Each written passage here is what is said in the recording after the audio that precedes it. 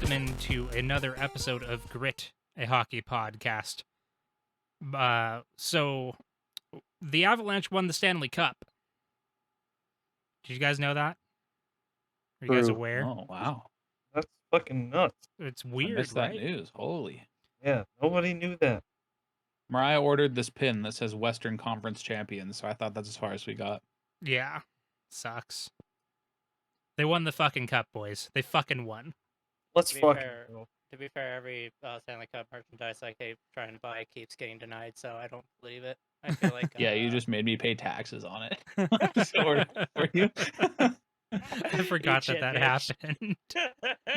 bitch. And he's I like, I'll should've give you the money for this merch. Then you got like federal Slap of taxes taxes. on income. Oh Need to man. make a new PayPal account, huh? Man, that was so funny. It's like, I'm just gonna do this favor for my friend, and then everything goes wrong. That's just the way life is, huh? Just know into year end. Me and the IRS are coming for that ass. Damn. All right. So for those of you who We have waited so long to do this episode because we were waiting to see what our 2C would do. yeah, I like honestly, like I wanted to be able to do the cup, I wanted to be able to do the celebration, and I wanted to be able to do free agency in one pod, just tidy little pod, not have to do anything really over the summer unless something like massive happened. But we've been sitting here for a week with no second line center, so that's cool. There's a lot of forwards out there just waiting for Naz to unconstipate. like Nazem Kadri is just looking at the Avalanche like, you're gonna make room, and the Avalanche are like, I don't know, are you gonna sign? And then it's just that fucking like Mexican standoff spaghetti western and music. He signs in Philly. Dude. Well, no, so like Philly has no fucking room. Philly's a mess. Philly is a tire fire. They couldn't, like, Johnny Gaudreau was like, listen, if you give me like close, like anything near 8 figures, then I will guaranteed sign with your team no matter how bad they are. And Philly was like, yeah, but here's the deal. We have Rasmus Ristolainen on a contract that sucks so much ass. And we just picked up one Tony D's nuts for a lot of money. So we can't do that. So apparently, I decided that because of the situation, Johnny Gaudreau would be one of my breaking my non-chicklets rule interviews to listen to. Sure. And he was like, yeah, Philly actually never even like answered our calls or gave us any message. They completely ghosted us the whole time. Hello, you've reached the office of Chuck Fletcher. I'm not at the phone right now, but go ahead and leave a message and I'll get back to you after the beep. He also said he was like an hour away from signing in Jersey, and then Columbus called last minute and he changed his mind to go there. Dude, that's so funny. I heard that Jersey thought that they had him, and then all of a sudden it was like, no, Yarmo. No, he literally was like, yeah, we were finishing out the details of that contract. And then Columbus called by, and he was like, oh, I fucking love Columbus. Let's go to Columbus. Fuck New Jersey. It was like there was like 5 hours left of free agency, and Columbus called and was like, yo, and he was like, yeah, that's what we're doing. Dude, because apparently Johnny was like, yo, I want to come there, and Yarmo was like, oh, fuck, let me figure this one out. Didn't see it coming. He just called. He was like, "Hey, we could give you some money," and he was like, "Oh yeah, sure." The interviews on free agency day from Yarmo are hilarious. You can see he's just sitting there like, "See, Columbus is tight. Fuck everyone who didn't want to be here. This place rules. Now other people should want to be here because we got a free agent." Friendship ended with Artemi Panarin and Sergei Bobrovsky. Johnny Gaudreau is my best friend now. Dude, he was like, you could see the happiness. You could read the text quotes and see how happy he was. You could hear the tone. I just can't get over like the mental image I have of just Johnny leaving Chuck Fletcher a message. Hey Chuck, it's Johnny again. Just wondering if you got my calls. I'm very interested in being a Flyer next year. I feel like I can bring a lot to the team. Just get back to me. You know my number. Talk to you later. Bye. And then like 50 You gotta know messages, that- and it's just like deranged nonsense coming out of Johnny's mouth. So you got to think that them not getting Johnny because he's small, and then getting Naz and being like, "Have you seen how many times this guy's gotten suspended? He's totally a flyer. We made like 3 trades to get this guy here. 10 million. Like that's a very Flyers move, and you know it." The thing is, I think their True. GM is currently is like 5 bottles deep right now, and his fucking office is a mess. Because I'm pretty No, sure exactly, dude. I'm He's pretty like, sure this he's guy's sitting gotten there getting suspended. ready to get fired. The Guy's thi- actively tried to hurt people. We need to sign him. He's a Flyer. well, so like Chuck Fletcher, the general manager of the Philadelphia Flyers, is like what happens when you have like a kid that like gets into your video game system and goes to your save files and then starts messing with shit. And like he just gets into your hockey game and trades away like a whole bunch of good players and just gives a bunch of people way too much money, except he's a grown adult man who allegedly knows what he's doing. And I find that to be very funny. I didn't think I would hear this analogy twice in one day. I just got done with Biz Nasty saying, "Yeah, Vegas is what my Chell team looks like." And as you know, so that's basically a child playing Chell, right? Yeah. So Yeah, I don't know, man. Just Vegas is having a hard time. The Flyers are having a hard time. I know a Flyers fan. I don't know Vegas fans. So. True. But that Flyers fan deserves it. It's funny. He did say it wasn't our year this year, very emphatically. So I haven't watched. There's a streamer who's a Flyers fan. I haven't watched him in like 2 months, and the Avs win the cup, and I just show up in his chat with a smiley face, and he's like, "Yeah, get it out." That's great. I haven't hopped over there in a while, but that's also because I haven't hopped on Twitch in fucking 3 years. He rolls with the With punches good. Eris, and Eris is GF. That's and Eris is mod. So Jesus. Vegas just giving away good players because they didn't have the foresight on this whole cap situation thing, huh? Let me tell you, I would have taken patches for free. I would have Yeah. too. I would give a 7th. I would have one-upped Carolina. The Carolina Hurricanes gave the Vegas Golden Knights future considerations, which means nothing. For one Max Pacioretty, I would have done it for a 7th, which is like, more insulting because The it's like thing a is- penny. Might have even done it for a 6th. The thing is, the future considerations can actually turn into something that is I like. was gonna say the future the hope. considerations are Max Pacioretty in like 2 years. The Yeah. future considerations are, hey, remember that one time when you got yourself in cap trouble and couldn't afford to pay a player and we took him off your hands? Give us Max Pacioretty the second. I don't remember. I was listening to an interview. It might have been like a Brian Burke interview or something. But there have been a couple situations where the future considerations are the current player that was being traded, and I think that's the funniest shit I've ever heard. That's pretty funny. So I make that joke every time now because it's just too good. So people actually turn the future consideration just back to the player. So it's like, hey, we just want to borrow your player for a year. Yeah, pretty much. Here's your player back. Yep. That actually sounds like a Jeff Merrick story, so that checks out.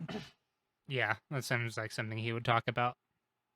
I just like, it's so funny because like all year people were just like, well, can you imagine what this Vegas team would look like if they weren't injured like all the time? And I'm like, it wouldn't look like this because the only reason that they can afford to have these players on their roster is because people are injured.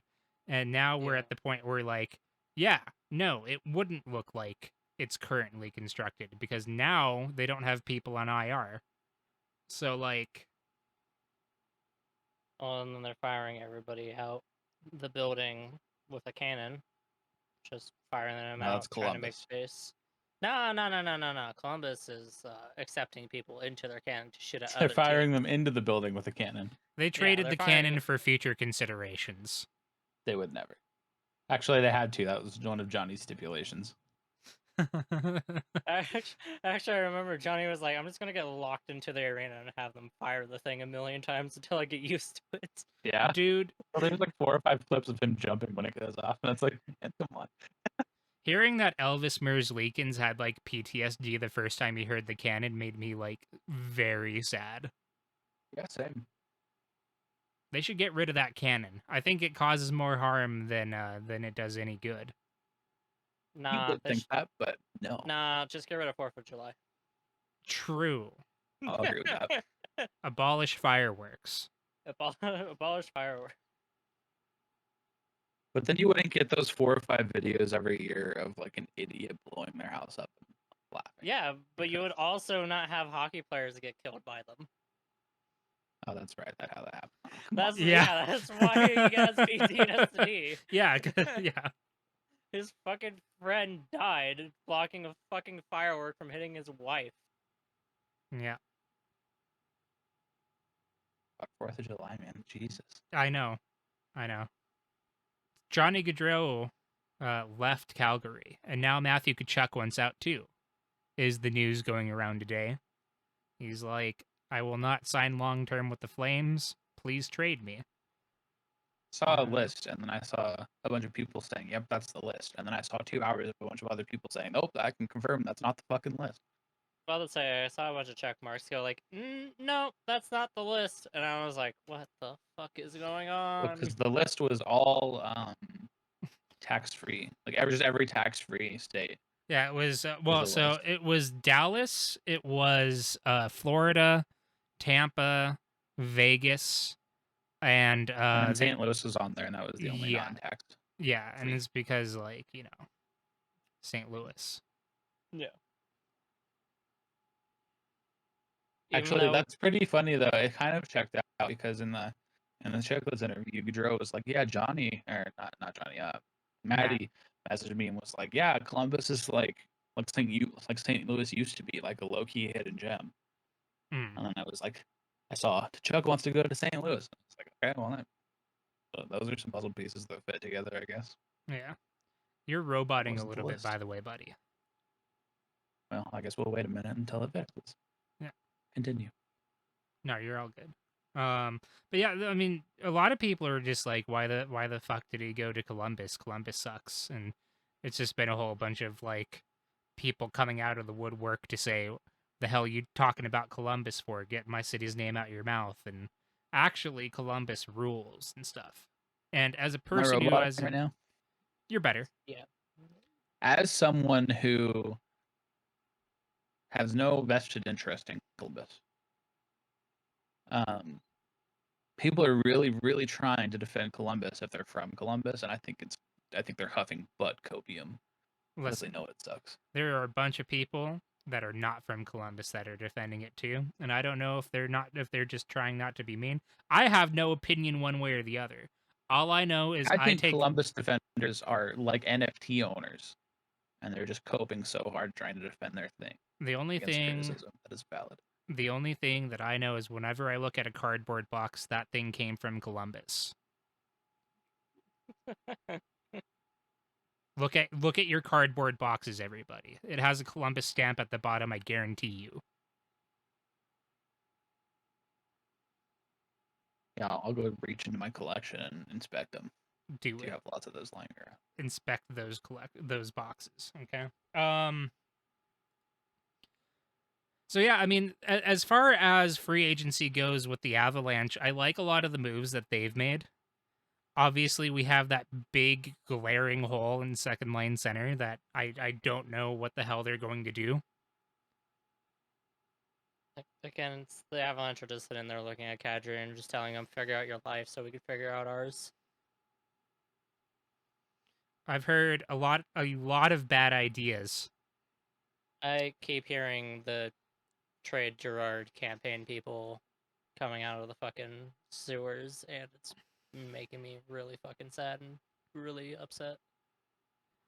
It's stupid. I If you mean, well, so they want to trade Gerard to open cap space, but that's not why you would trade Gerard. You would trade Gerard because you're going to get a return for him. yeah, me and Dakota had this fight in DMs for like, it was like a 2-day, we were starving each other out, like, really going at each other's throats. Just total fuck fest. So he was mad at the Gerard haters, and I was like, listen, it makes sense to fucking trade Gerard, just not for cap space. You trade Gerard for fucking a 2C for PLD Dubois.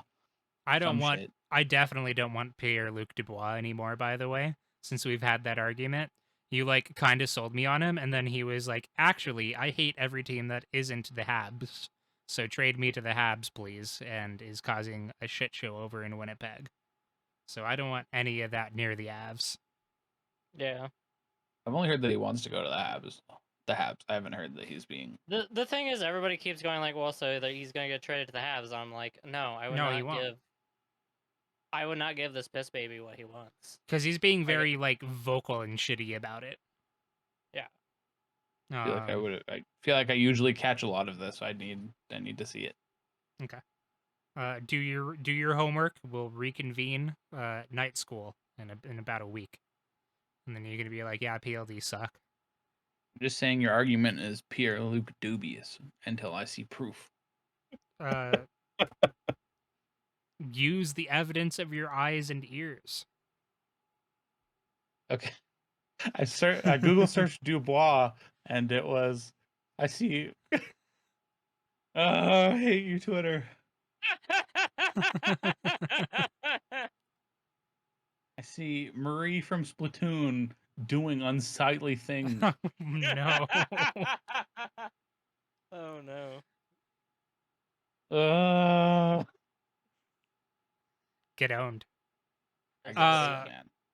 That's why you can't trust Twitter anymore. So, for the most part, the Avalanche's moves haven't been going out and getting new players to add to the roster. It's mostly just been how much of this team that just won a cup can we keep on and have stay here. And as far as that goes, they're doing a pretty damn good job. Yeah. So Besides slightly overpaying everybody. yeah, But well, that's but they're not champion tax. going insane with the term and the overpay. It's just, slight overpays for like Well, not a whole lot of term. My only issue is like, yeah, so they all don't have big contracts, but it's literally everyone's been slight overpaid, minus Lehkonen and Nichushkin. I would say Nichushkin probably took more money than I would have liked for the fact he got an 8-year contract with that. But that's fine. We'll survive that by the end of that contract because hopefully the cap will be up by then. Yeah. So Nichushkin got an 8-year, $6.1 million deal, which I think could end up being like very good for the Avalanche if he maintains the pace that he was at. If he maintains that level of play, then that's a really solid deal. But he has to maintain it. Otherwise, it is a lot of money for a dude. The thing is, I can see him easily keeping that value as long as he works hard on his forechecks still. Because I feel like as long as he does that, he will be an effective player. Yeah, kind of no matter what. Like he'll still probably have his dry spells of not scoring every once in a while because he's Stonehand McGee. Yeah, I think that as long as he's an effective top 6 player, you're happy paying that much money. Yeah, and then the Lehkonen deal is an absolute beautiful contract. I love it. My boy Lecky. I don't have any of the details in front of me, but that's not he had the contract I have issues with. 5-year, $4.5 million. 5-year, 4.5. Yeah, that's a really good deal. Yeah. My only issue is the slight overpayment for Helm and Cogliano and Manson all together. But because having all three be slight overpaid causes there to be spacing issues for other contracts. But it's 1 year.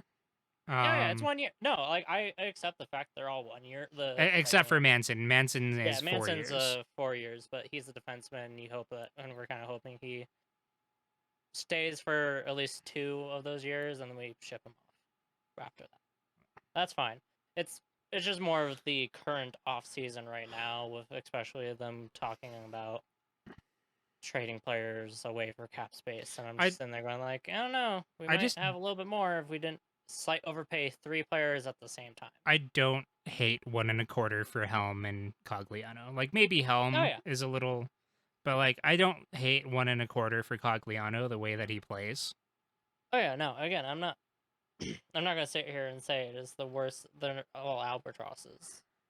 They're just a little expensive, but for what they have done on the team, I mean, it's right. You just kind of add up all these like 500K, 600K, and then all of a sudden it turns into some real money. Yeah. That is the issue. It's just like there's a handful all at the same time, and it kind of hurts when they're all at the same time. Yeah. Well, so people want to say like trade Sam Girard to free up $5 million in cap space on a dump, and like that's stupid because Sam Girard has real value, and if you're trading him, you better get a real player back.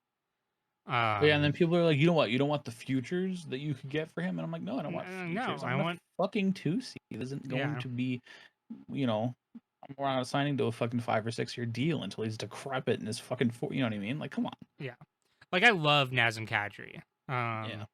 But he's going to be at that point in his career where he's battling against Father Time. And my man Father Time does not lose. Unless Father your name Time's is a known Yamir Yager. The thing is, Yager's still going strong, baby. Yager is going strong in a different league. That's listen. Don't besmirch Yager is fueled exclusively by the people, by all the chicks, dude. Yager's 50 and still going. I love him.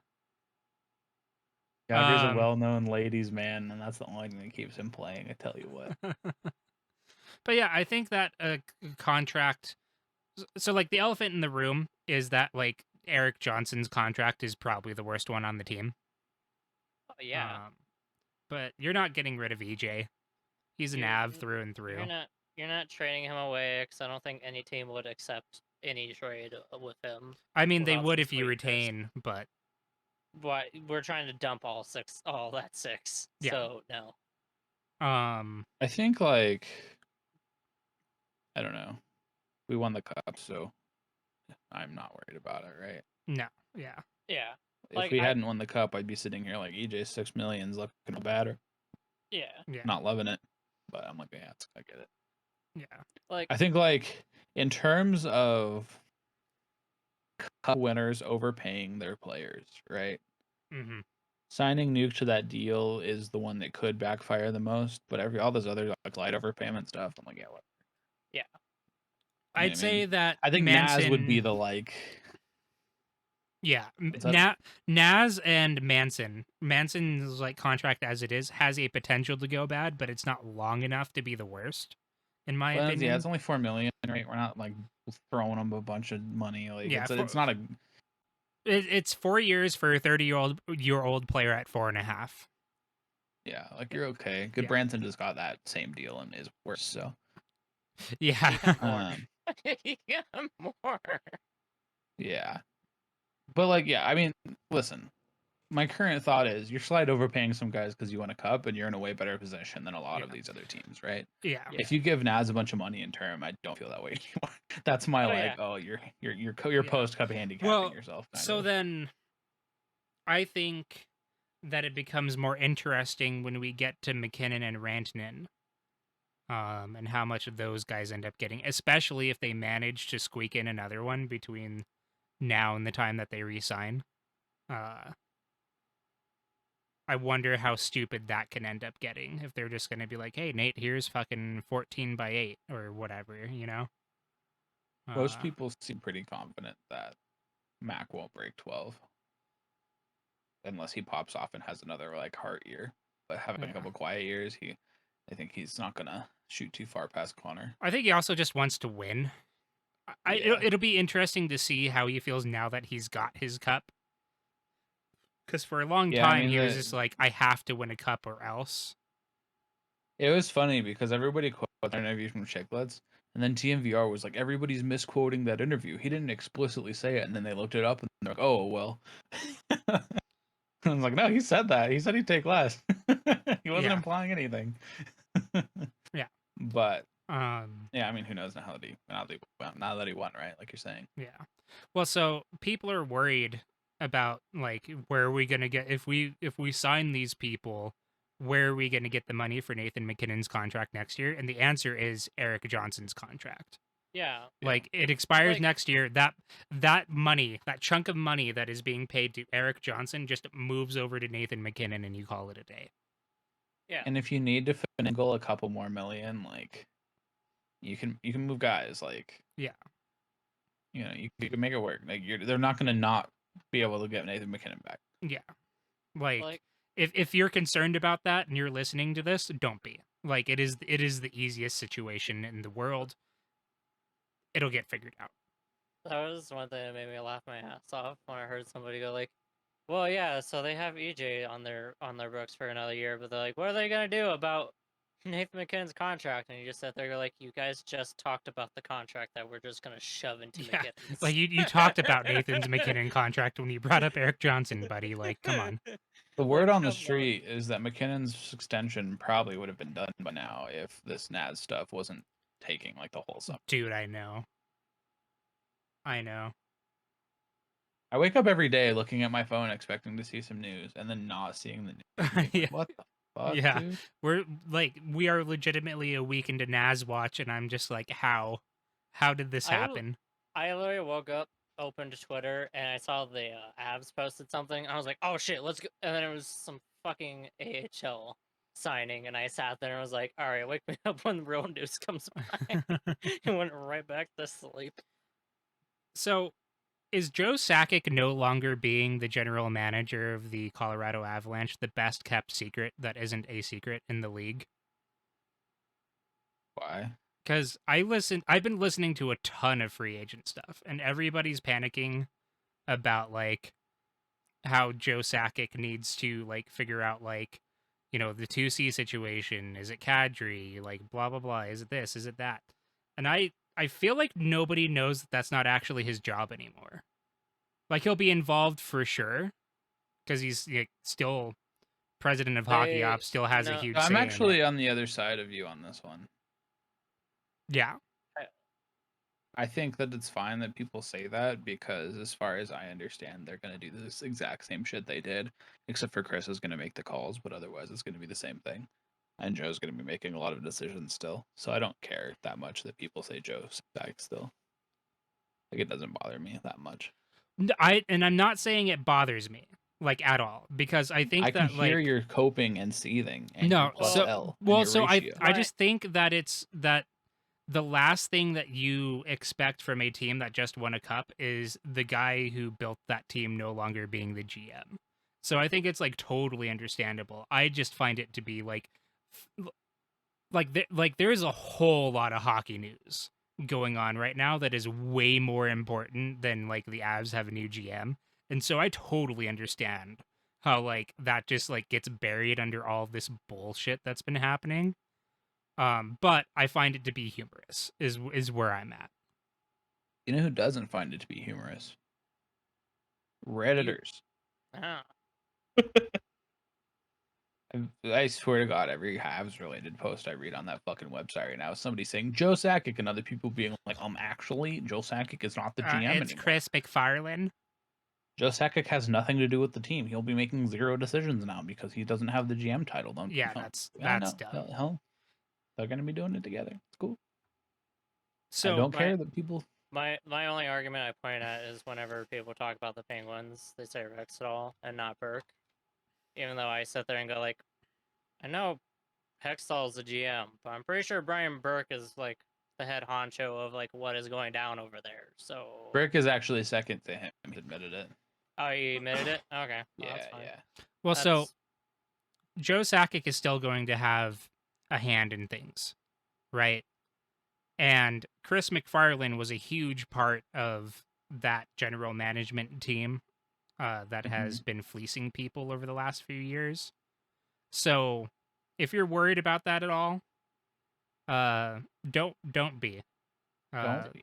People The should whole reason still we won a throw cup is that tandem of GM and of GM. assistant GM. Yeah, The so reason they wanted to keep the tandem together, they needed to give people some titles and some bucks. people should still be throwing their phone in the nearest lake anytime they see that the Avalanche are calling them. No. The thing is, now they have to block a new number. Yeah, they're gonna make a bunch more trades because they don't have Chris's number blocked. So somebody answers the phone. Oh, hey Chris, how's it going? And the lightning strike just goes off in the background. You just see a tall hulking figure with a phone in his hand.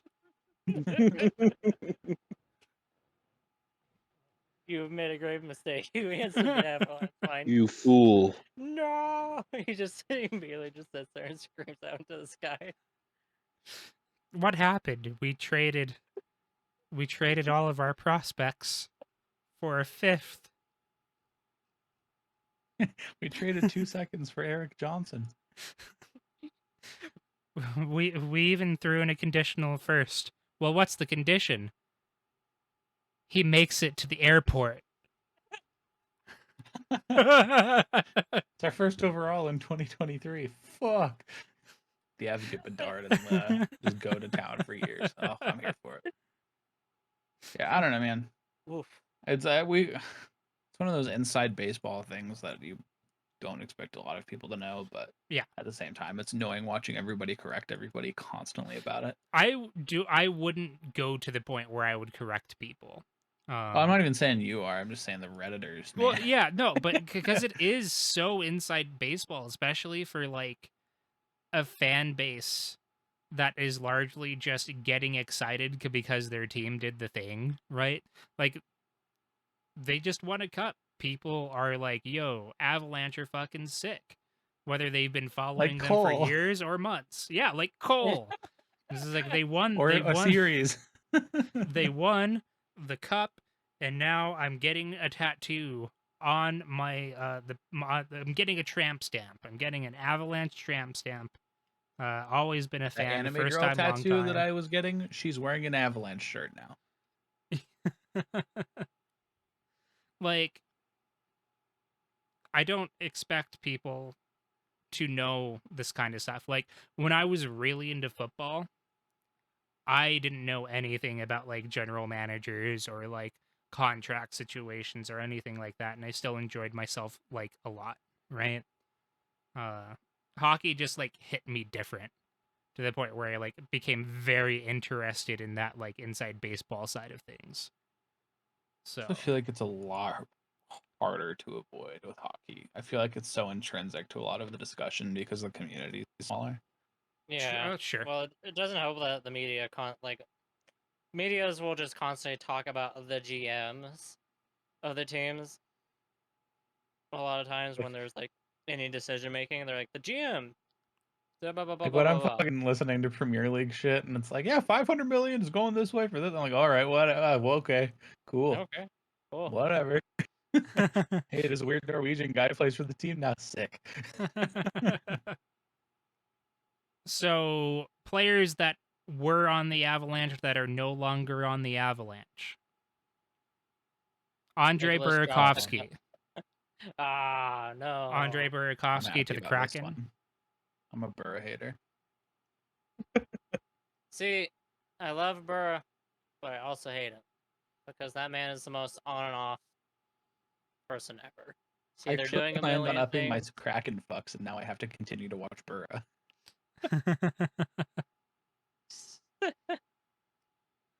Yeah, not a huge loss for the Avalanche, I don't think. He played on the third line for most of the playoffs and got like scratched and injured and stuff, and they seemed okay without him.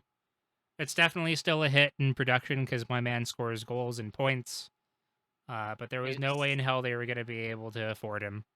Good luck in Seattle. They need goal scorers.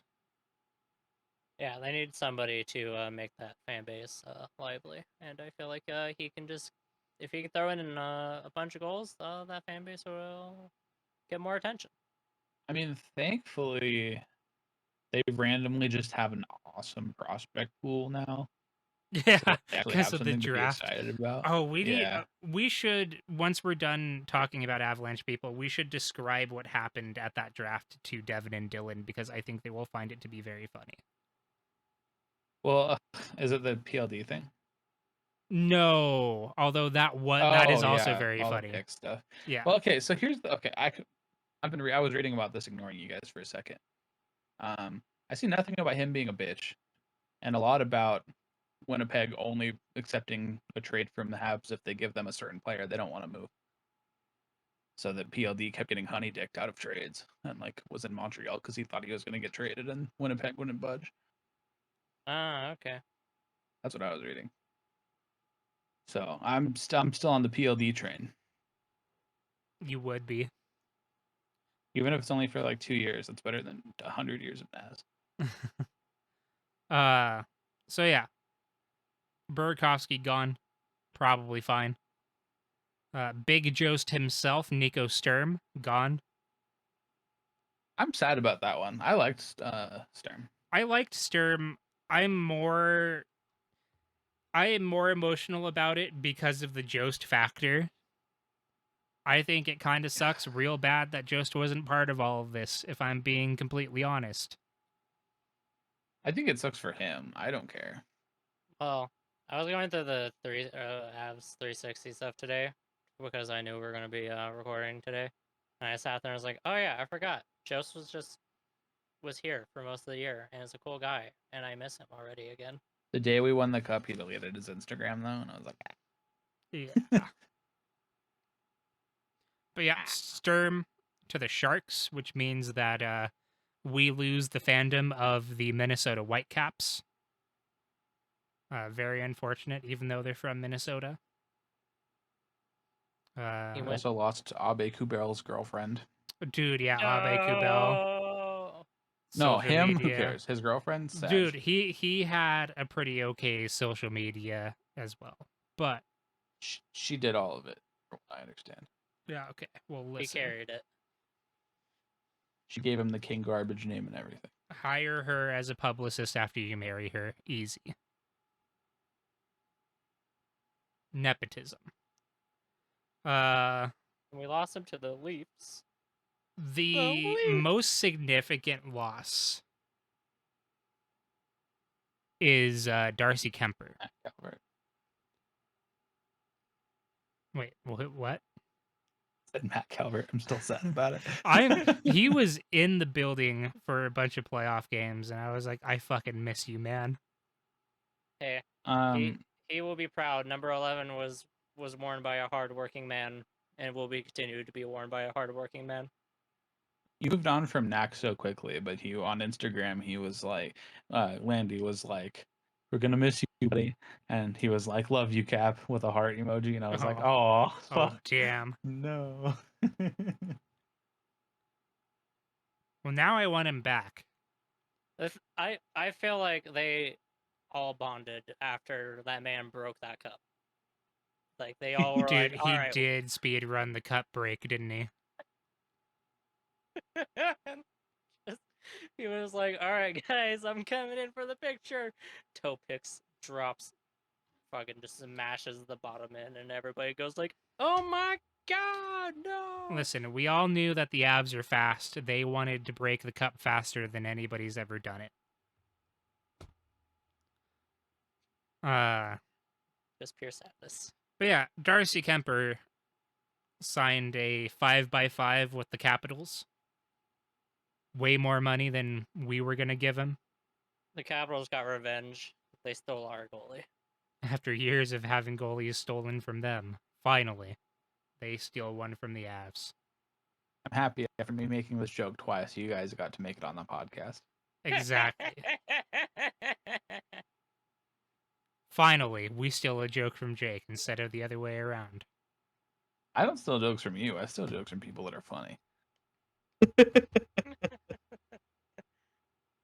So anyways, so people were like, it's fine, Darcy wasn't that good anyways in the playoffs, and I think that those people are nuts. I will ask you to make as many saves as he did with one eye. Well, so the big thing Saves. with Kemper is that his stats weren't good. Stats weren't good after getting his eye gouged out. Yeah, he had to go to an eye doctor to retrain his eye 2 or 3 times a day to be able to see the puck. And he was just playing like that for a bunch of games until he decided that he couldn't play like that anymore. And then when he came back, he was pretty damn good. Let in some soft ones, but overall did a really good job, especially in the final round, where he Yeah, in Literally- that last game, he made one save. That would matter. listen. He literally outdueled Vasilevsky. Who cares what happened in front of him? He did what he had to He's do. better than Andrei Vasilevsky, is what I'm saying. The Capitals got a good one. Read no further into it. It's fine. Yeah, I better- mean, I'm fine with losing him. I think the people who hated him always hated him and are bitches, Yeah. but I think it's okay. I think signing him to a 5 years, you got to really be confident that that shit's not going to be an issue. I think that I would not have given him a 5x5. That's a big overpayment for me. I think it makes a lot of sense to move from him. I don't think he was as bad as people made him out to be. But, moving on to our new guy, Alexander Georgiev. I think, it's fine. Georgiev, come on, man. Georgiev. Okay, well now you're being more of a bitch. Georgiev. Alright, just everyone call him what he's gonna be called. He's gonna be called Georgie. We all accept it. We all float down. Yeah, some here people with were him. trying to say Geo, and I was like, shut the fuck up. I shortened Bottom that so Mazda that Geo, I these didn't nuts. need to use 7 characters. I only needed to use 3. We all float down here. Yeah, we all float down here with Georgie. Hey, Georgie, want to make a save? We brought JoJo back Oh. too, so I can make Georgie and JoJo jokes. True. I keep forgetting that JoJo's back with the. Yeah, JoJo's back on the menu, boys. He is literally just here for when Frankie dies. I think Dylan and Devin missed that, but yeah, JoJo's back. Yeah. That's crazy. Oh, hell yeah. How did this turn of events happen? We Well, signed him to money. Yeah, we signed gave him money. He said We- yes. Oh. We gave him AHL and NHL money. He was like, "Hell yeah, brother, let's go." So do you You think? shouldn't see the NHL squad, but knowing hockey and the Avs. Yeah. Ugh. Do you think he's 3 or 4 on the depth chart? He has to be 4. You can't fuck Eustace out Annonym. of his. Yeah. Yeah. That was my impression, but I just wanted to be sure. So like, I'm with you. We shouldn't see I- JoJo. I think Like he if was you're screwing worried. Eustace out of his business, like oh you're making bad moves, or I think- or we lost hope in him. Well, so I think that my question is more: Eustace Annunen is going to be the starter for the Eagles. He is, right?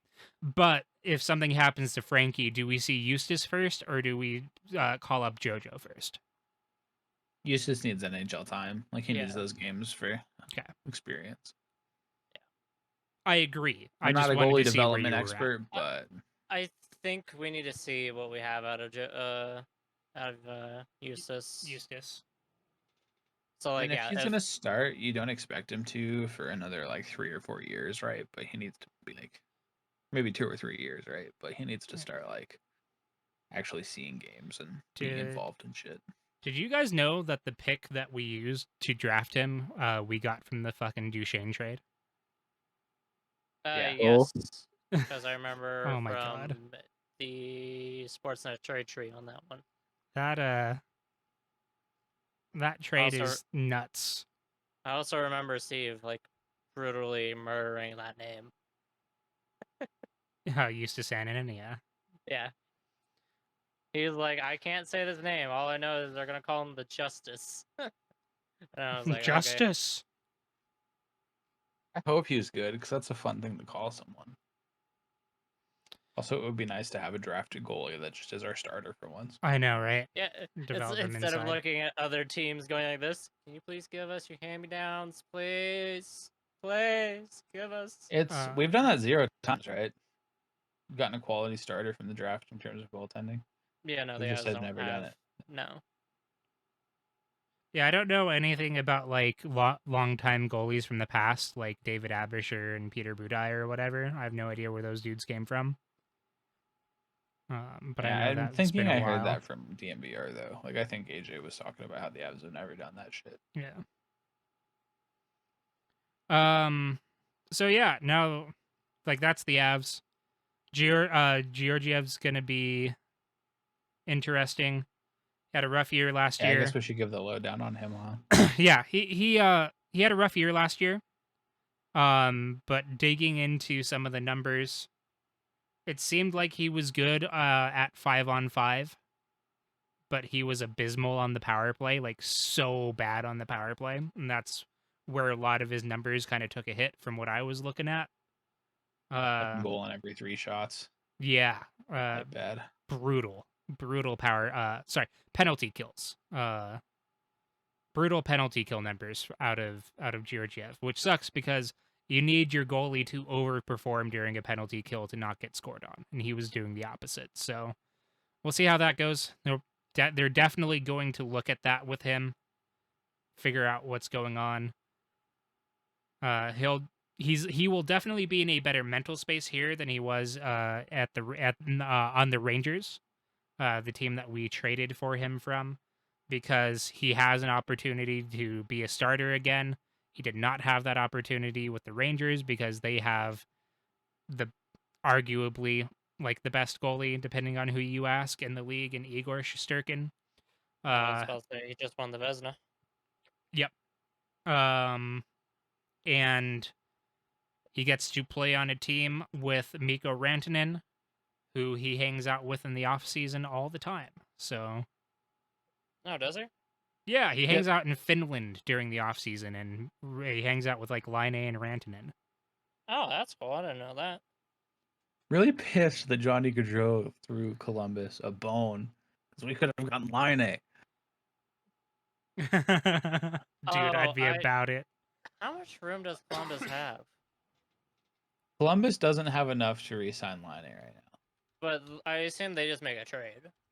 Yeah, they no. So make room. Yarmo was like, we did not see this coming. Johnny came to us, and it took us a couple days to get back to him because we were surprised and we needed to make a plan. They have $2 million in cap space right now, which is definitely not Patrick Laine money. What is his qualifying? Ooh, It has to that's be a good like question. at least 3. I feel like that's a 3 So million. just to be clear, the More than that, qualifying Andy. is the value of his last contract, right? Oh. The value of the last year of his last contract, and you have to meet it. Okay. So that was 6 3/4. Oh, so he has a 6. Oh, wow. That's a high call. 6? Yeah, so Who do pretty they much have, 7. So, what player is $7 million on that team and they can get rid of? Well, they just signed a pretty I'm awful one. seeing 7.5 for 21-22 on cap friendly. 7.5. Yeah. What was that? So that was the value of his last year. 6.7 Okay, so that for was 1920 and 2021. That was 21-22 is 7.5. that was the money.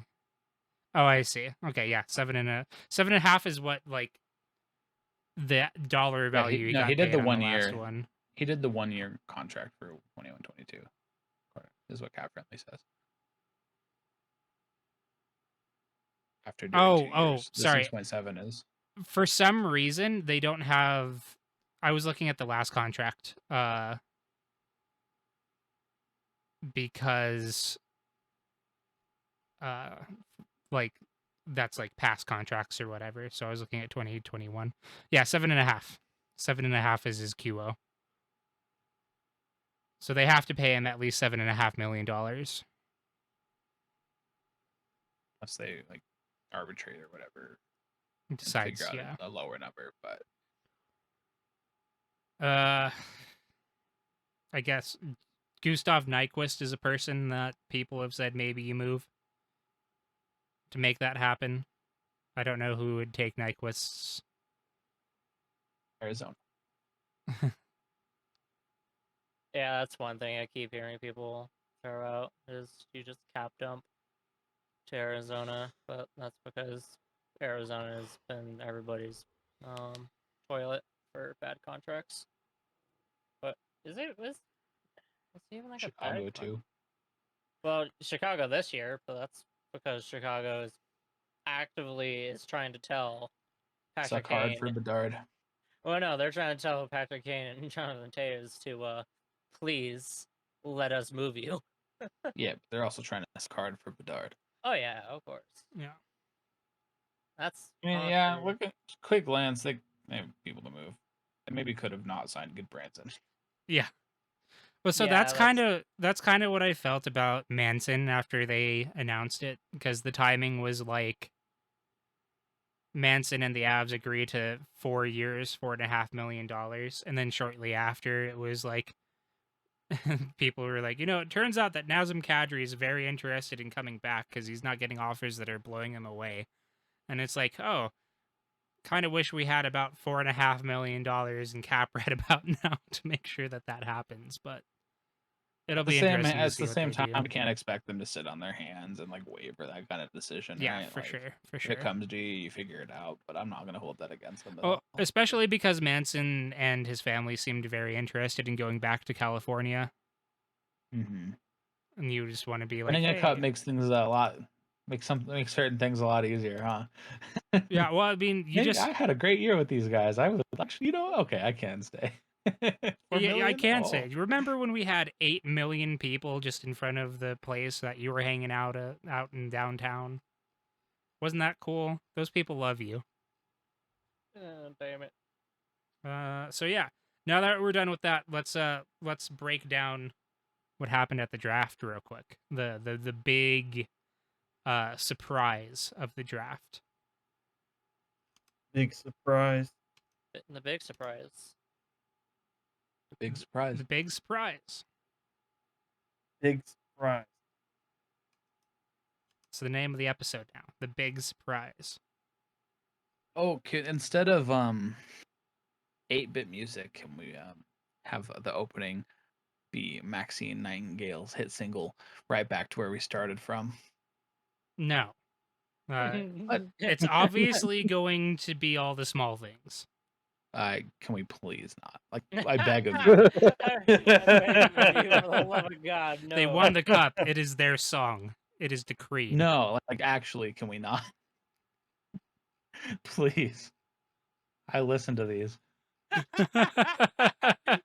Don't lie to It's me. definitely happening now. So yeah, the past couple years, there has been a consensus number one guy that was going to go first overall in the draft no matter what. And that man's name is Shane Wright. Turns out all those speculations were Shane wrong. True. So Shane Wright is a center, two-way center, responsible offensively and defensively. And the team who selected first overall this year is the Montreal Canadiens, a team in desperate need of a center and defense. So, you would imagine that maybe this is a good fit. But like everything Okay, else now, hold Montreal on. does, Shut they up. sucked. They messed it up. You don't draft for position. You draft best player available. But they didn't do that either. True. They messed it up. But essentially, he dropped to 4th overall because the next two teams also did not pick him. Because the second team was the Devils, and they've been taking centers for the past 5 years in the draft because they win the lottery every year, and I hate them. So they picked a defenseman. According to one Rudo, they picked the wrong defenseman. And I think that would be you don't very pick for funny. position. Again, you don't pick for position. You picked best player available, and they failed to do that. And then third overall, the Arizona Coyotes had an interesting choice. They could have taken Shane Wright, or they could have taken Logan Cooley, who is a more high-skilled offensive player with a potentially higher ceiling than Shane Wright. but a lower floor. So they took a risk and decided to take Cooley, meaning that the Seattle Kraken at 4th overall got the guy that for like 2 years everybody's been like, yeah, he's the guy. So the Kraken got lucky because the top 3 teams all had moments of insanity going on. And last year, the Kraken drafted an elite center as well. So now all of a sudden, they just have a 1-2 punch for their future, and have actually things to like give a fuck about. You can actually be excited for that team after they butt fumbled the stupid expansion draft and shit. Yeah, and you get to see their best winger, Andre Burakovsky, winner of 2 Stanley Cups. On that one. They're gonna have to work on that one. Winner of 2 Stanley Cups, Andre Burakovsky. Yeah, there's 2 something else that he fucking got to experience when he won Stanley Cups that I wish got up to 4, but I don't think any of us were that lucky. What? Have you not seen the picture of him staring at the tits because the chick was flashing him with the cup? Yeah, okay. I remember that one, the Capitals thing. Didn't happen again. Sad. It's those Tampa ladies, man. No balls. Yeah, chicks in Florida definitely don't want to show anybody their shit. Well, to be fair, the Capitals did win in Sin City, so Yeah, Vegas. So yeah, they were more lucky. Goddamn. Florida is known for its reasonable and level-headed population. That would never happen there. Yeah, but Vegas, I'm pretty sure, has just the mindset of, oh yeah, we see tits everywhere all the time. You kind of do. Vegas is someone weird. who's been to Vegas. Well, I was like, it's like, dudes, and fully clothed in like jackets and shit, in 100-degree weather, were handing me like cards with naked ladies on them that had stripper phone numbers. Yes. I was walking down the street like, let's fucking go. You're like, yes, win. My grandparents were walking behind me laughing because I'd be like, yo, hook me up, bro. So yeah, that's basically what happened after the Avs won the cup. We haven't really talked about what happened during. Died. Curtis did fall over, just so drunk. Keeper of the cup was there, and you see him running in as he falls over. Like, no! Dude, we went to the parade, and the keeper of the cup walked by, and I was like, hey, what's up? The dude's just in the parade. Fucking weird. Nowhere near the damn cup. Just chilling.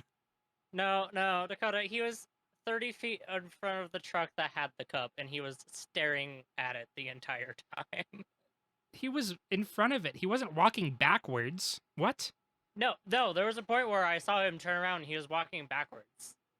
Yeah, but he wasn't marching the whole parade backwards, man. No, he wasn't. No. But also, the other thing was he wasn't always off the float. Because he was on that truck for a good portion of it. TV showed him on the float for like 90% of the time. Okay. He got off Yeah. Well, he walked by us, and he was well ahead of that cup, and I was like, what is my man doing? On his fucking job, apparently. Oh, I think he just accepted that trophy is going to get annihilated, and he was like, I'm just going to leave. There's a clip of, I think it's McKinnon holding the cup and swaying, like, off the edge of a fire truck, and the keeper's sitting there next to it, like, staring at him. Just shooting daggers This into his back. Has to babysit a whole bunch of drunk Avalanche players all the time. So yeah, as far as the Lightning series goes, let's just kind of condense it real quick. I don't have a whole lot to say about it. I think the series was good. Both teams each got a blowout. The Tampa Bay blowout happened immediately after our blowout, so my statement of we could win 10-0 and you still got to worry held strong. Everything else was just a 1-goal game. I think the Avalanche played amazing most of the time. I think they deserved the win. They played the best third period in that last game that I've ever seen a hockey team play. Dude, Oh, the first shot on goal that period they let in from from the red line, half ice on a dump in like halfway through the period. Like it was insane. now I remember like just like listening to a bunch of people talk about it, and they're all like, "Oh my god, we were expecting the Lightning to like attempt to do that to the Avalanche all series, but they just couldn't." And then the Avalanche were like, "Get owned. We were playing amazing defense. We're not letting you pass this. We're not letting you pass the half. We're not letting you cross center ice because as soon as you I do, was, we will strip this puck from you."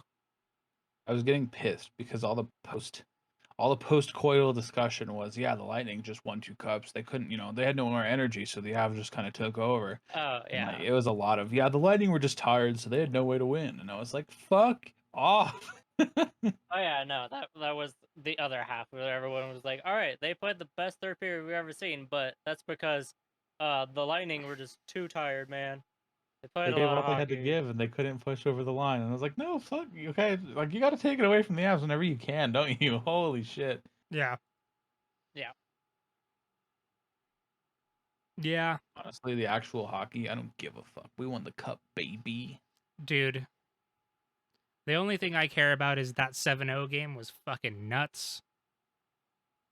I loved it. Care about Bo playing 20 minutes a night by the end of those playoffs. I care about I care about Bo screaming post that on social media for no reason after they won. Yeah.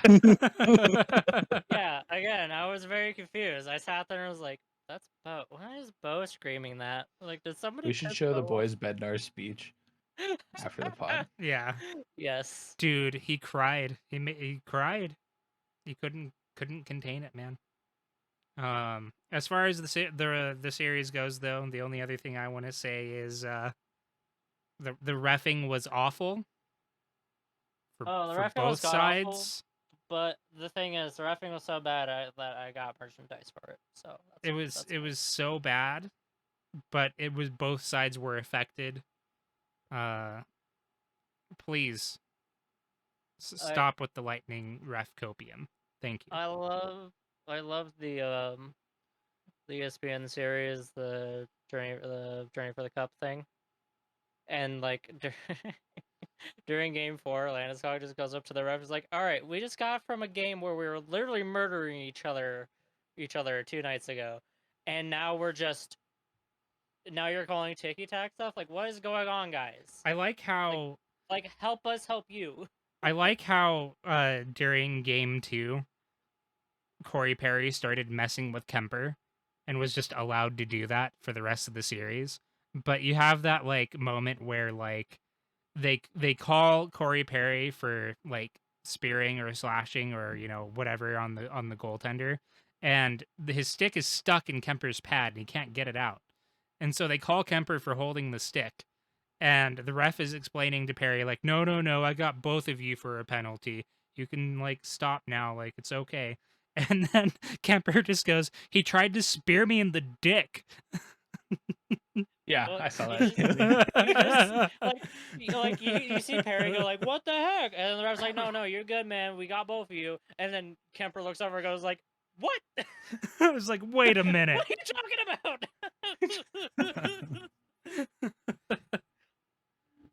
Like, yes, I put the stick into my own groin. That is most definitely what I did. And I kept it there just to get a competitive advantage. I loved it all. Some Like, hot stick on stick action. Yeah. I just like he tried to spear me in the dick. So yeah, reffing was annoying. I think I am far over it now because doesn't matter has cup, but at the time I was definitely very annoyed with Tampa complaining about every call ever. I'm so surprised they didn't get a slashing penalty after that second goal. I'm a little surprised that Stamkos didn't get his 3-game suspension for shooting that puck at a ref, but whatever. So hear me out. Because I was irritated at them too for a large part of that. But like, with the way the reffing works in this sport, if you're not doing that, you're the pro. You know, like you got to take advantage of the system if they're gonna Yeah. be bitches. You know what I mean? Because Yeah. it works, right? So I'm not mad at them It for that. just I'm mad at the refs for letting it affect them. yeah, I think it just looked bad more than anything. Because I have a lot of respect for the Tampa Bay Lightning and like what they've been able to do. I like Cooper. I like a fair bit of those Lightning players. I just don't like the optics of like bad thing happens, immediately wind a ref. Yeah, I mean, like on a human level, sure, fuck you, but And also they just can like, listen to our you human know, level shit with the two cup rings in their ears. You know what I mean? sure. But Where they does our didn't third get cup ring 3. go? Yeah. The butt. Yeah, there we go. I think it was a great series. Obviously I would say that because my team won, but if you don't like it, too bad. I mean, even Friedman and Chicklets, like everyone was like, "That's the best series I've seen in years." Well, I think they also got tired of watching Tampa Bay just look at the other team and go like, "Oh, ha, ha, ha, ha. Thank you for the cup, guys." Yeah, the Tampa Bay just Habs straight and the bullied. Stars, noted world beaters. The Habs and the Stars. Habs Yeah, and the Stars. Like if seeing like best on last, best hockey was good shit, and a Stanley last- Cup final. Yeah. like, Not a lot of injuries on either side. Obviously, Braden Point was injured. That's a big loss for them. Kadri Yeah, was Tampa injured for would tell most you of it. otherwise. well, everyone. The thing is, everyone's injured at that point. Yeah. I gotta say, in addition to the like too many men stuff, like 6 players, 7 players, blah blah blah. I think it is just really funny that Naz beat 3 dudes and a goalie with a broken thumb. Yep. I find that to be That very shot funny. was a weird floaty bullshit shot I too. I'm kn- surprised though. I know. Well, you that look one. at Vasilevsky, he thinks where the shot's gonna go because he's like, well, if this is the normal player, this is where they're shooting, and then he has that shot happen the way it does, and he's like, I forgot this guy has a broken thumb. Yeah, that's the shot of a man who's like gripping the stick with 4 fingers and doesn't have his thumb pressured around it at all. Like Vasilevsky, like it went in, and he was like, I totally forgot that guy has no thumb. So And nobody knew it was in. Like, it's except just like, for wait, Bowen hold Byram up. across the ice is like pointing at That's a it. goal. He's like, hey, it's I in. love Bo, And then man. Stamkos is like, ah, crap, fishes it out, and Bo's like, it's in, guys. And I then love Bo Bo. just started screaming on the ice. Post that on social media for some reason, and everybody was like, "What?" Yeah. He did it during the parade too. He's like, post that on social media. Him almost getting kicked out of the parade because the police left. Dude, What? so listen. I relate with that cop. Because when Bo ran by Well, us, we're like, "What the hell is we that?" went to the parade. We got there like 2 hours early. We walked the entire parade route essentially, like back and forth to get in and out of that place. I was miserable. I hated it. I'm not going to let you be a police sympathizer on this podcast. No. okay? So listen, you'll see where I'm going with this. No, I know where you're going with it. I 'cause was- you bitched to me about I it. was Fuck you. bitching to Jake about all the bad stuff that was happening, annoying horns everywhere, people preaching about how the end times are coming on speakers that suck ass all over each other, 4 people at the same time in a line talking over each other, They're all on the line talking over each other, being 15 Talking feet away about from each other. And how hockey is bad and we're going to go to hell for it or whatever. And that was before Dude, that people was- started drinking beer out of shoes, let me tell you. Dude, that was they used to be on my campus just line because the Ameria campus is just a big straight line, Yeah. right? And so it was just people lined up in the middle of all the walkways, just shouting, like calling women whores for how they were dressing and shit, and telling everybody they're going to hell. And the school didn't do anything about it for like 5 years. oh wait, they finally did something about it. I would have expected them to Yeah, just they go did like, something about it. I would have right expected before them to be COVID. like, nah, you guys can be there. You're shit. Who cares? Well, because they So- were starting fights to get lawsuit money. Is Oh. like the thing they're doing. Yeah. Oh well, okay. Yeah. Never mind. So, That's what we should've anyways, we're at this parade, and I'm having a bad time for the most part, right? And there are people that are just kind of jumping into like the middle of the street doing dumb shit. Like somebody was trying to cross the street, jumped over the thing, dropped their food, and everybody was like, "Aww," which was pretty funny. But then people were like breakdancing and stuff. So I'm expecting people to be running around and doing dumb shit, right? And this dude runs by like a fucking madman, like a bat out of hell, crazy. Like, and I'm just like, man, this guy's really going for it. And then I notice that this random dude that I assume is just freaking the hell out is wearing a Bowen Byram jersey. And I'm like, that's a weird one for people to have that are just gonna act like a like a weird asshole in the middle of a parade. And then I noticed the flow, and I'm like, oh, that's not just some random asshole. That's Bowen Byram. Like I noticed Fuck. it immediately once because I was like, "There's no way there's a fan running anywhere near these trucks." I was like, "This has to be somebody." And I was like, "Oh, it's Bo." I was Yeah. like, "Okay." I saw the jersey, and then I was like, wait a minute, I'm very suspicious. And then I saw the hair, and I'm like, whoa, that is Bo. That And is then Bowen Byram.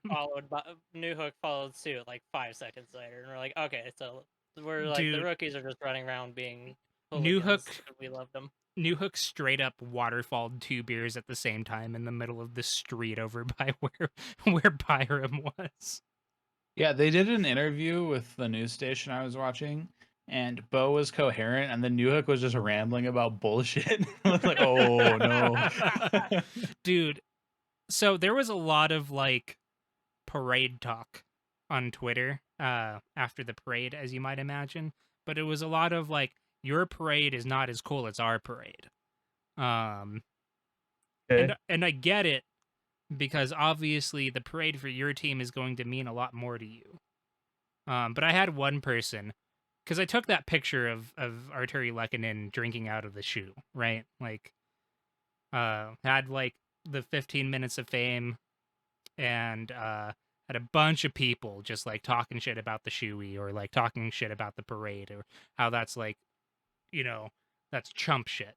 And somebody was like, yeah, but it doesn't beat the time that this Penguin player was walking in the middle of the street drinking a beer. That was epic. And I didn't have the heart to like engage with that at all, because I just imagined New Hook in the middle of that street just taking 2 beers at once, freaking the fuck out. And I'm just like, yeah, I don't know, man.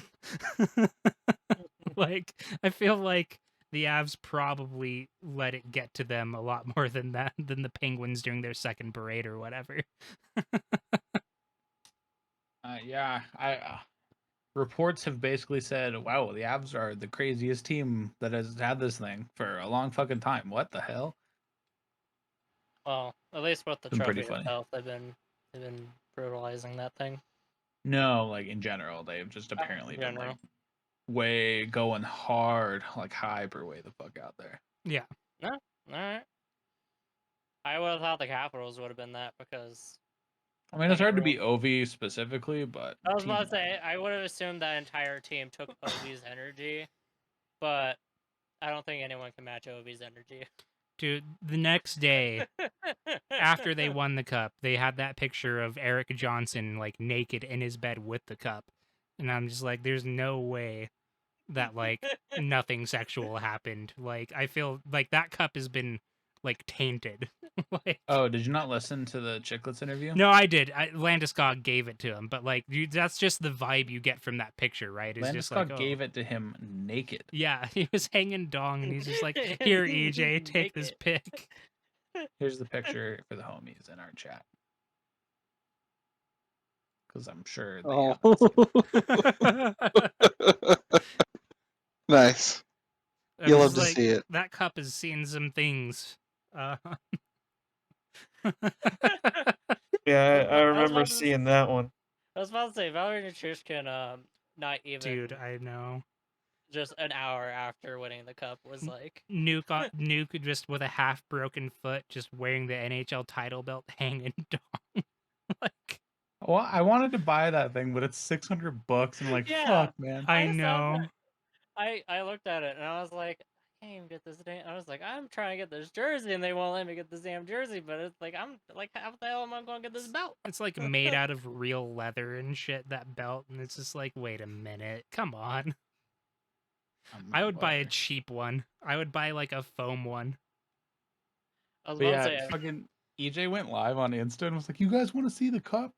And then all the comments were like, "Yeah." And then he lifts up his shirt and shows his nipple to the Yeah.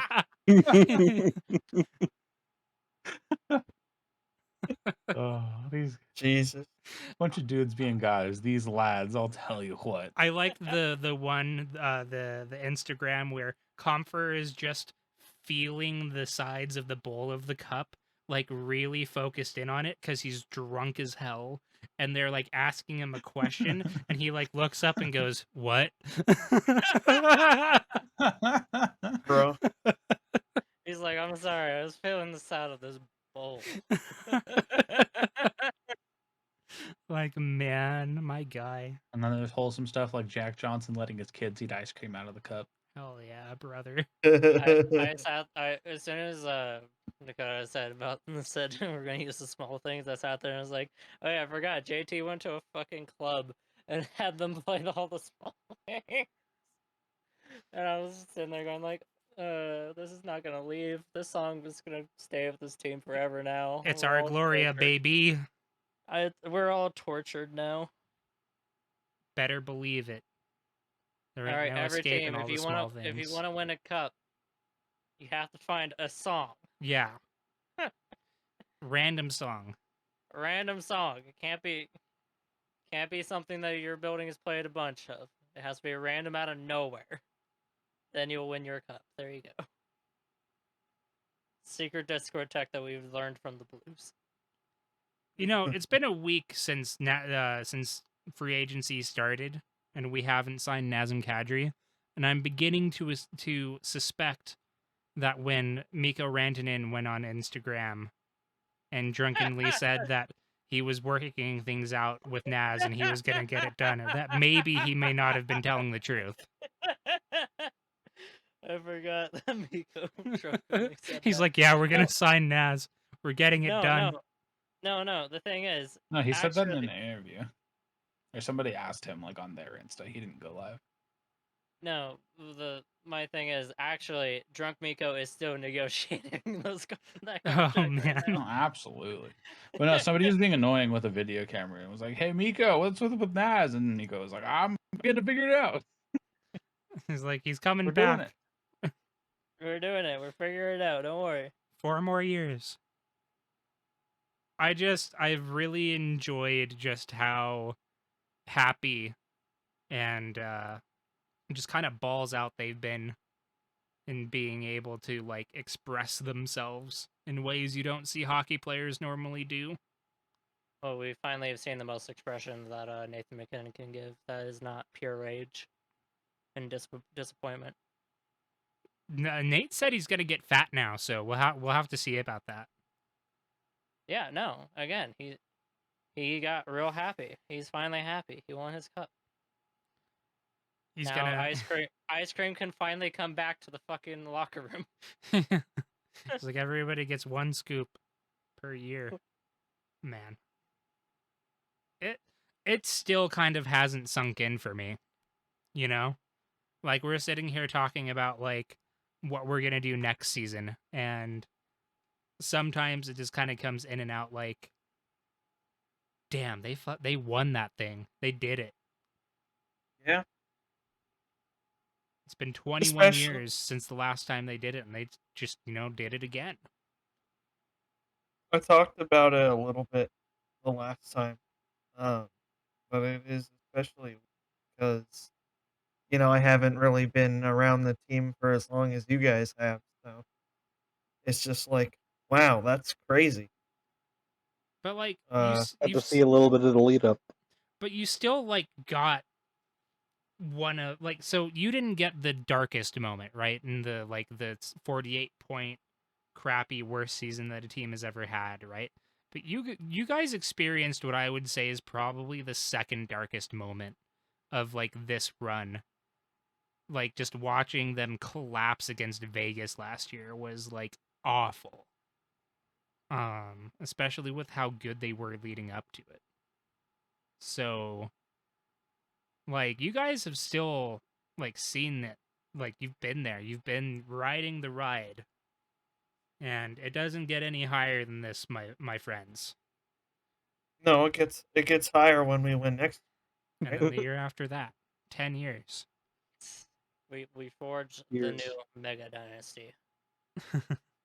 But yeah, man, I think that the biggest thing for me is that this team, once they figure out the second line center situation, this team is going to be competitive again. It's just going to stay competitive.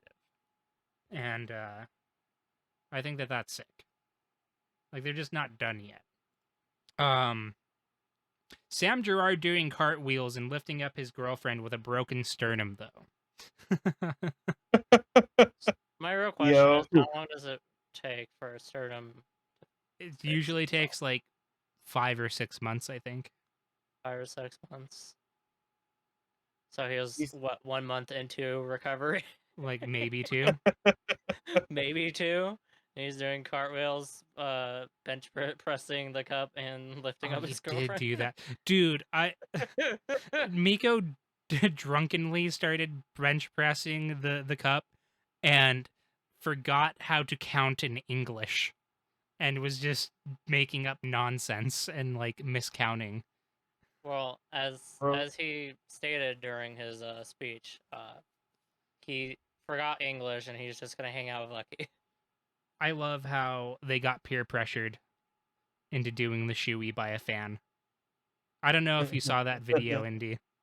Yeah, no, I saw it and I was like, oh, Yeah. because Miko saw it and then he tapped Lecky and was like, yo, look Well, at that guy. So the dude drank out of the shoe and he just kind of like gestured the shoe towards them like, now it's your guys' turn. And they were like, whoa, we've been called out. Finland gotta represent. We can't get showed off by this random Denver Coloradian. We need to drink out of the shoes. Exactly. You have been challenged. Yeah, so anyway. Anime is leaders. Yeah, Yeah, that's anime as leaders.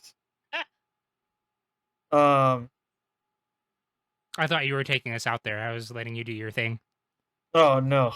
No. I'm trying to fill in the void for you. I was No, about to say, no, you're all good. If you want to take it down yourself, go ahead. Yeah, 'cause think I we're thought done. you were doing it like I thought that you were getting ready to take over there. I was letting Let's you see. have your lane. No, you do it. It's okay. After a little bit of development, you'll get there. It's fine. It's part of the 5-year plan. Oh, I see. I understand.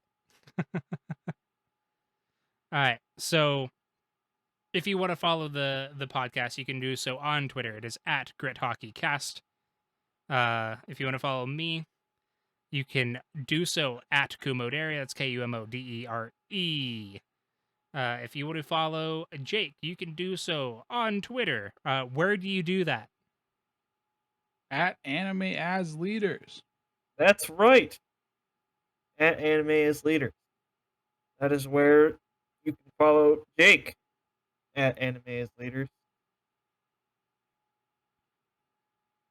Do you want to pimp your new Twitter, Indy, or are you just going to operate as the watcher from there? I'm just the watcher. I'm not going to post anything. All right. It is how I'm going to be getting my news of what the hell is happening in the world because nowhere else is effective. Eventually, 2 years from now, when Nazem Kadri signs, you will know because of Twitter. Yep. Exactly. Alrighty. Well, thanks for dealing with our meandering here. It's a lot of incohesive thoughts Yeah, because you it's were been really a long carrying it off on for a season. little bit at the end there. Nope, it's fine. Look, we got the magic edit button. Exactly. And, There's a lot of empty space that gets deleted here. It's all gonna go away. Alrighty. Well, thanks for hanging out. Y'all have a good one. We will see you next time. Probably do like an emergency pod or something if we find a second line center. Yeah. Other than that, probably pretty silent for a bit. All right, bye. Bye. Beep. Goodbye.